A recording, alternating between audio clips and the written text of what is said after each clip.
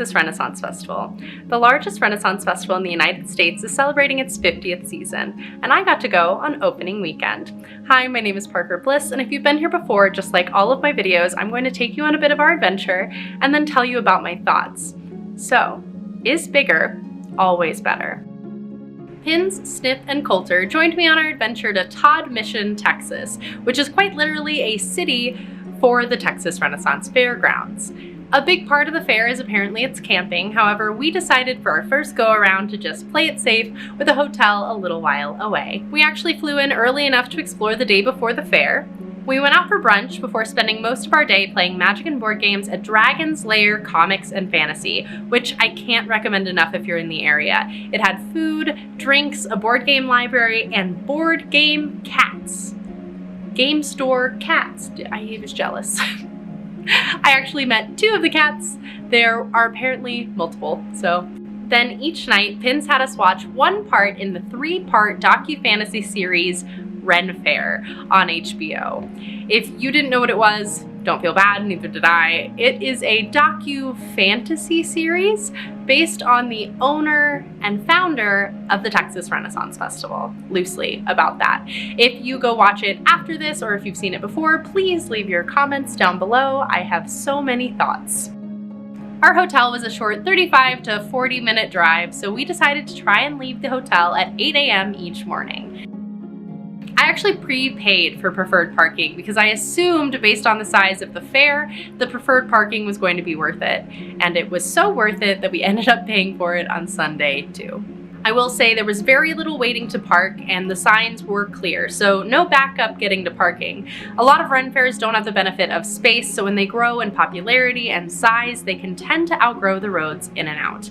A great example of this is the Colorado Renaissance Festival through Larkspur, Colorado. TRF does not have that issue. The walk to the gate was also incredibly short from preferred parking, which was fantastic for those of us that decided it was a good idea to chug an entire energy drink in the car. At the gate were the first indications that this was going to lean a little more towards fantasy and medieval theme park than your typical Ren fair, with its very after ride at Disney World photo development stands and larger than life photo op thrones. I will say a lack in line direction did result in 3 lines converging into 1. However, everyone was super nice about just merging and each taking turns, but definitely could have used clearer line direction at the gate. Enjoy. So nice. Also, as always, if you decide to buy your ticket online, make sure that you have a screenshotted or downloaded form of it just in case of service issues. So we honestly had no service issues the whole weekend. It was crazy. I guess that's what happens when it has its own city.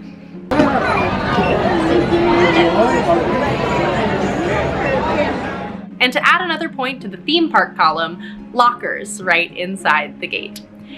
Honestly, it didn't mess with the immersion too much and was probably very convenient throughout the day. We didn't utilize them, but I can see them being very helpful for large families or for large purchases. We also did find out through the docu-fantasy series that George, the founder and owner, was a fan of Walt Disney and read his book.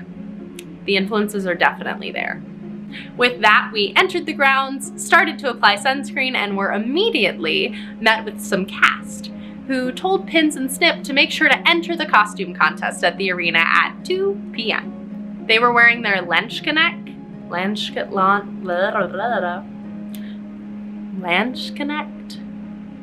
I believe that's how I say it. I took German in college. I did. Anyway, I hope that I'm pronouncing that right, or semi-right. I'll spell it on the screen for you, in case you're curious. For anyone who doesn't know, they were German mercenary soldiers in the 16th and 17th century. They were wearing their Landsknecht, Mario, and Luigi cosplays, so we made sure to add the costume contest onto our plans for the day. Now, you may be wondering, Parker, what time is the Renaissance Festival set in? What place and what king is currently reigning? I would love to tell you if I knew. We had a really hard time figuring this out, so if somebody that goes to the Texas Renaissance Festival more often knows, please leave it in my comments. To be honest, I still have no idea. We decided eventually that it was an amorphous, vague Renaissance era and place with fantasy sprinkled in. But nonetheless, it was time for our first stop of Saturday. Pins wanted to make a cup, which was such a cute experience. You got to pick your base and a handle, and then you got to hand it off to a smith who placed the handle exactly as you indicated. So you got to make your own little cup. Pins went with a birchwood and a gold handle. It was well loved the entire weekend. It also has a lifetime warranty, which is pretty cool. Cute, cute, cute, cute. Cute. Vogue.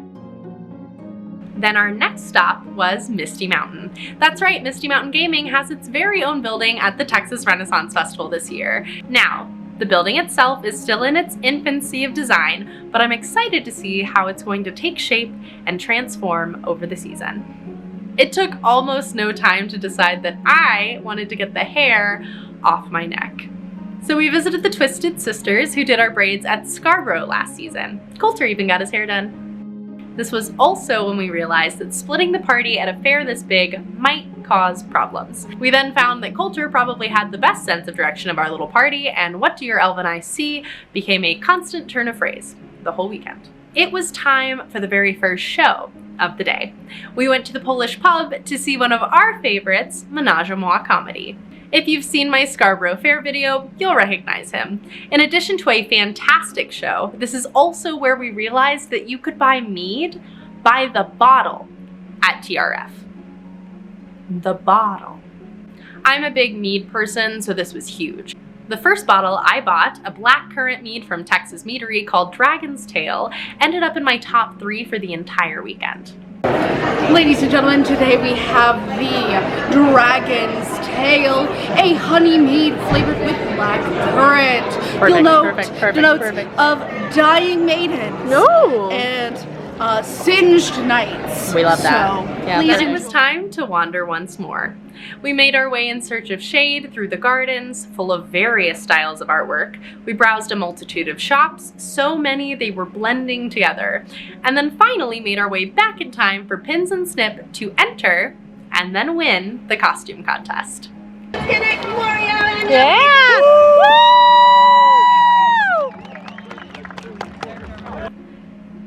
They won a ton of tickets for next year's season, so I guess we'll be back. You got us for another season, TRF. Excitingly enough, the Texas Renaissance Festival also boasts another one of our favorites, Volgamut. Pins, Snip, and I had seen them years ago at the Bay Area Renaissance Festival, and then quickly after at an SCA event called Gulf Wars. Honestly, they may very well qualify as one of Pins and Snip's hyperfixations, if you will. They bought their USB, and Volgamut was all that played in the car for the rest of the weekend. We made sure to see their show both days. I do want to mention that TRF boasts 21 stages, but I definitely think that the pub acts have the best gigs. Some of the other stages spend most or the entire day in the sun.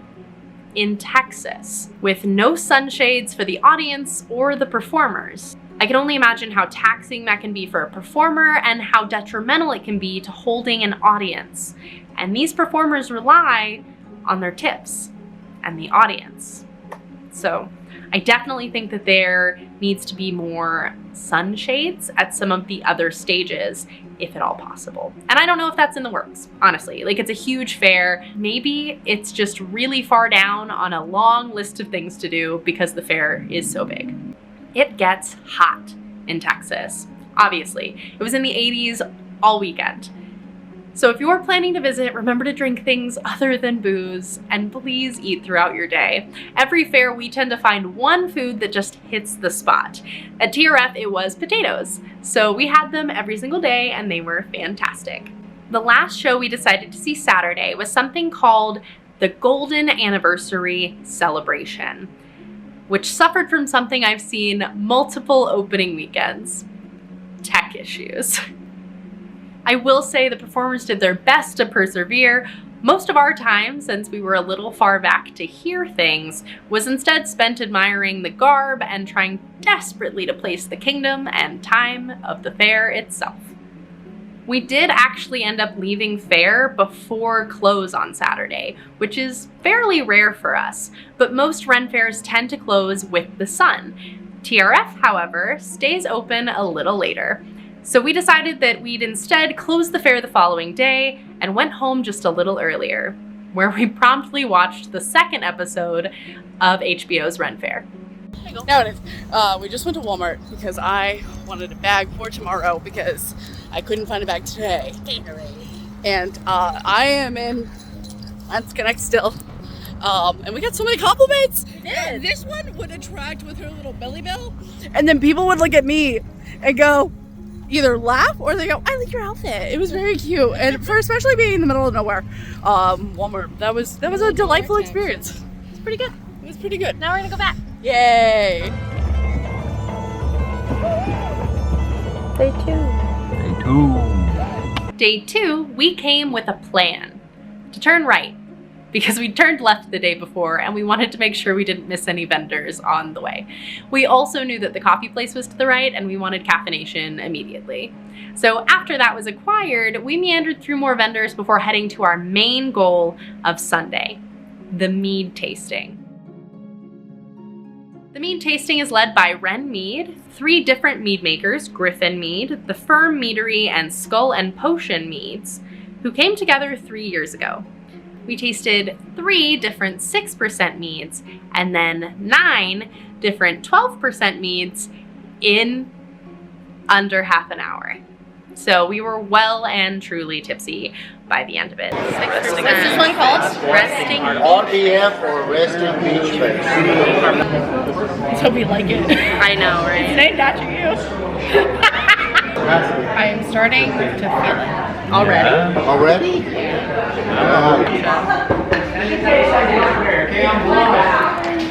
Oh, that's really good. God. That's very, very good. Oh, see. You can take it like That's savoring it. That's chewy, huh? Blueberry. You all Like keep that one? toasting it. It's so hard. You bring it together and then you hit it on the table. It is. We get and then you take a shot and everyone else is sipping. Yeah, I awaken like the Winter Soldier. means to still concentrated. So. Call it. I will need food. Before we move on to our last, I'm here to sell you something. Potato. Our overall favorite ended up being the apple pie mead. Pins got 2 bottles of it to take home. I said we should keep one of them and keep it for a few years, then open it when we're together again. It was also fun because at the end of the tour, the last mead was a combination of what was left in each carafe after the tastings. So it was one of a kind. They call it dregs. This is a mead Yeah, I'm not walking that out has of never here. had, no one has ever tried before, and no one will ever try again. Oh, that's fun. It's a very unique mix. It's suicide. It's a Suicide We call it suicide, Voluntary unalive. or we like to name it after our guests. We call it the drinks.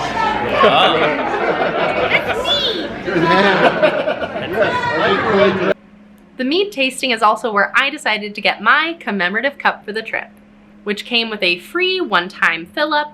I got the apple pie, and it keeps mead refills at TRF $11 when I return. So I will definitely need to bring this next season. Someone remind me. I will forget. With our mead tour behind us, it was time to beeline to potatoes, because it is important to eat throughout your day, not just drink. We did stop to make a few impulse purchases along the way, then took some time to people watch, eat, and relax on the upper floor of a bar. We even saw some familiar faces from the docu-fantasy series walking around. Honestly though, the 2-tier bars and restaurant seating is so nice. You get to sit and talk away from the lanes. It's probably one of my favorite aspects of TRF's ground design. After some time off our feet, we made our way towards the Thirsty Pirate Pub, home to our favorite new to us act, the Spice Boys, a pop parody boy band that was hilarious and so much fun.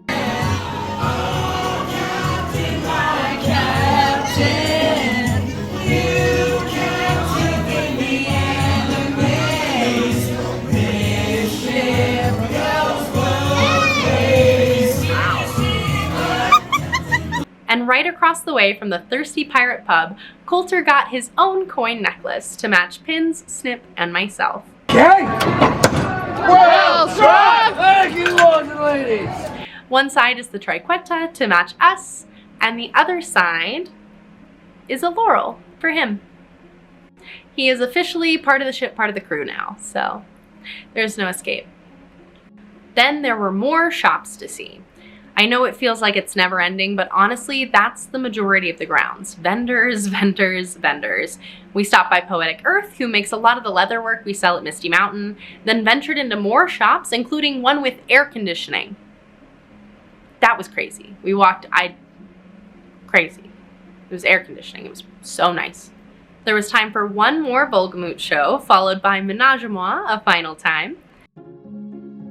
As I mentioned before, TRF closes later and has programming after the sun sets, namely a fire show by Solar Rain, followed by the Royal Fireworks. That's right, it's very Disney coded to have fireworks at the end of your day. The fire show was amazing and full of spectacular tricks that I had never seen or definitely not seen in person. The fireworks show was impressive, but would have been just as impressive about half or a third of the length. I do think there were some timing issues because the music track finished before the fireworks did, but again, it's opening weekend. And full transparency, the people lighting them being down near them had me with secondhand anxiety through it all. But overall, it was a spectacular way to end the day and close the fair. Making our way towards the gate, I can say there is a certain charm to seeing the fairgrounds all lit up with lights. Going through the gift shop and past the lockers on my way out definitely gave me flashbacks to working at Disney World. But overall, I think there are things that the Texas Renaissance Festival can do because it is so big. Parking is easier, there are vendors galore, food options aplenty. But I'd say it definitely leans more into a medieval theme park than what I consider my typical Ren Fair experience. But all in all, Texas Renaissance Festival is an experience all its own. We'll be back next year to explore more, hopefully interact with cast, and learn for certain if we're right. And the kingdom is Aberfeldy. We'll see. Thanks for coming along on this adventure with me. Make sure to subscribe here for more, and you can find me all over the internet at Parker Bliss. If there is a fair you'd like to see me go to, make sure to comment down below, and I will see you in my next adventure.